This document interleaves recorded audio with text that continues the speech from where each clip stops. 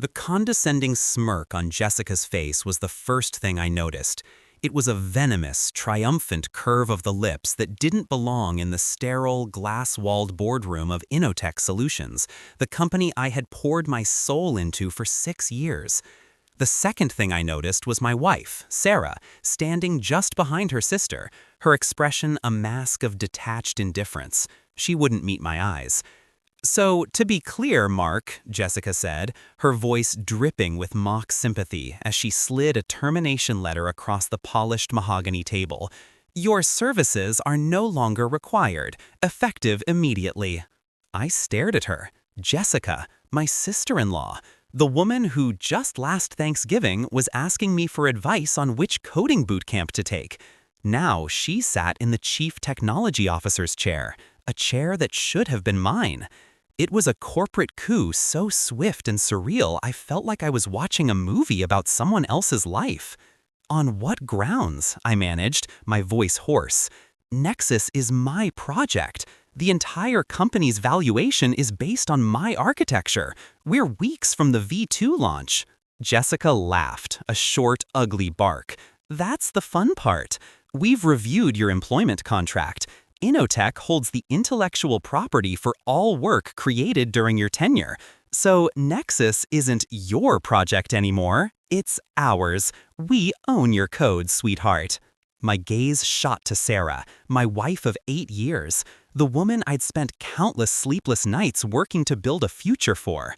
I was looking for a flicker of protest, a sign of support, anything. I found nothing but a cold, placid calm. She was in on it. The realization hit me like a physical blow, sucking the air from my lungs. "But all my research, my personal libraries," I stammered, my mind racing. "The proprietary algorithms I'd developed before even joining the company, which I had integrated into the Nexus core under a specific licensing agreement, or so I thought." "All absorbed," Jessica chirped, waving a dismissive hand. "Our legal team is very thorough. Now, security is waiting to escort you out. Please leave your laptop and keycard."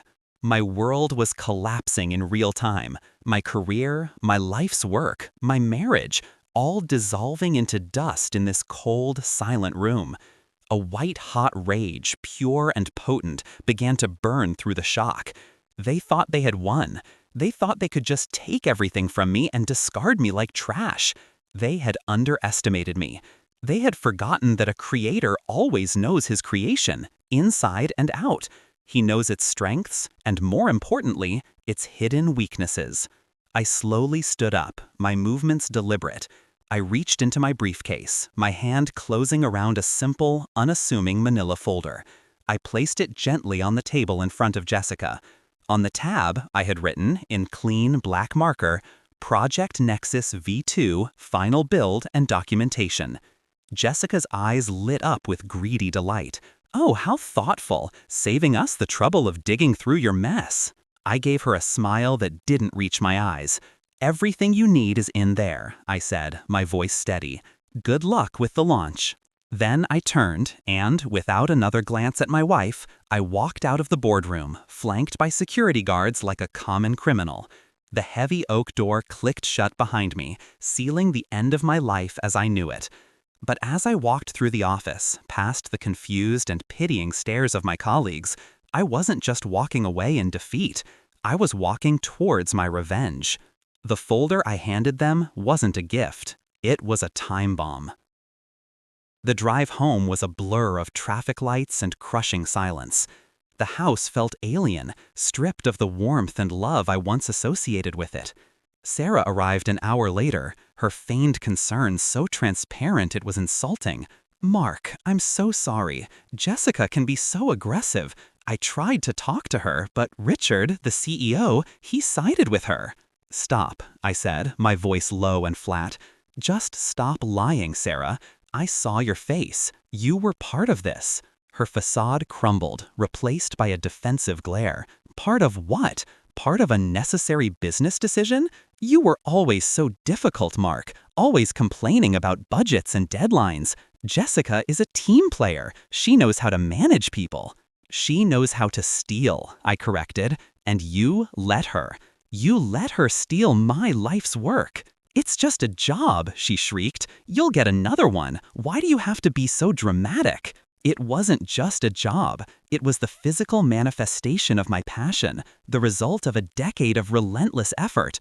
Nexus was an AI-driven logistics platform so advanced it was poised to revolutionize the shipping industry. And Sarah was dismissing it as if it were a summer internship. That night, I slept in the guest room, or rather, I lay awake, staring at the ceiling, replaying every moment, every lie, every stolen glance between Sarah and her sister. The betrayal was a complex, layered thing, and I knew I was only seeing the surface.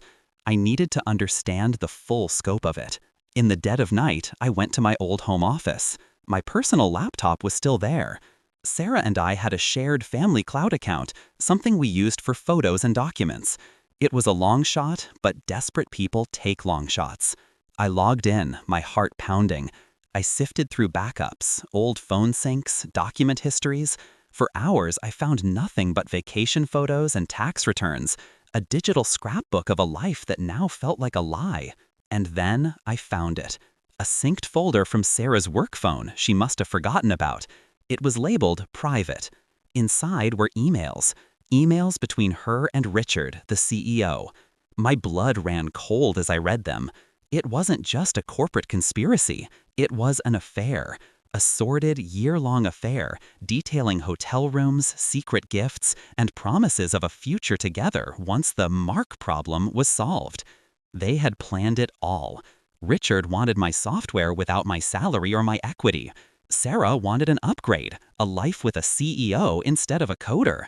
And Jessica? The emails revealed Richard had promised her the CTO position in exchange for her help in orchestrating my removal and being a willing third in some of their encounters. It was a disgusting, tangled web of greed and lust. They hadn't just fired me, they had methodically dismantled my life for their own selfish gain. The pain was immense, a physical agony in my chest. But beneath it, the fire of my anger solidified into something hard, resolve. They wanted my code. They were about to find out what it truly meant to run a program I had written. The 2 weeks leading up to the Nexus V2 launch were the longest of my life. I hired a lawyer, a bulldog who specialized in intellectual property and corporate malfeasance. We worked tirelessly preparing our case. I showed him the patents I had filed for my core algorithms years ago under a private LLC, long before I ever met Sarah or joined Innotech. I showed him the evidence of the affair and the conspiracy. His eyes widened. "This isn't just a wrongful termination case, Mr. Evans," he said, a grim smile on his face. "This is a kill shot." Meanwhile, the tech world was buzzing about Innotech's upcoming launch. Jessica was on magazine covers, hailed as a visionary, a rising star in the tech industry. She gave interviews talking about her vision for Nexus, using my words, my ideas. Every article was a fresh stab in the back. The day of the launch arrived. It was a massive media event, live-streamed globally. I sat with my lawyer in his office, watching the feed on a large monitor. Jessica walked onto the stage to thunderous applause, flanked by Richard. Sarah was in the front row, beaming like a proud wife, which, in a twisted way, she now was. "Today, we redefine the future of logistics," Jessica began, her voice echoing with unearned confidence. "Today, we launch Nexus 2.0. On the massive screen behind her, the Nexus logo appeared.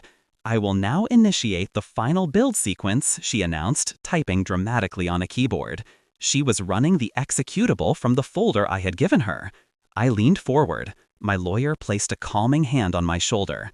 "Showtime," I whispered. On the screen in front of the global audience, the Nexus logo vanished. It was replaced by a single, simple dialog box with a password field. The title of the box read, Chimera Protocol. Jessica's confident smile faltered. She typed furiously, but the box remained. A nervous murmur rippled through the auditorium. Richard hurried to her side, whispering frantically. This wasn't in the script. At that exact moment, my lawyer hit send on an email that went to every member of Innotech's board of directors, the SEC, and a curated list of the most influential tech journalists in the world. The email contained a link and a password. Back on stage, Jessica's face was pale. The password box on the screen suddenly populated itself, the asterisks appearing one by one. And then, the box disappeared. The program didn't launch. Instead, a full-screen window opened, displaying meticulously organized files. The folder I had given them didn't contain the source code for Nexus. It contained a Trojan horse, a program I named Chimera. It wasn't a virus, it was an auditor. For the past 2 weeks, it had been silently running on Innotech servers, using backdoors I had built into my own system years ago as a failsafe.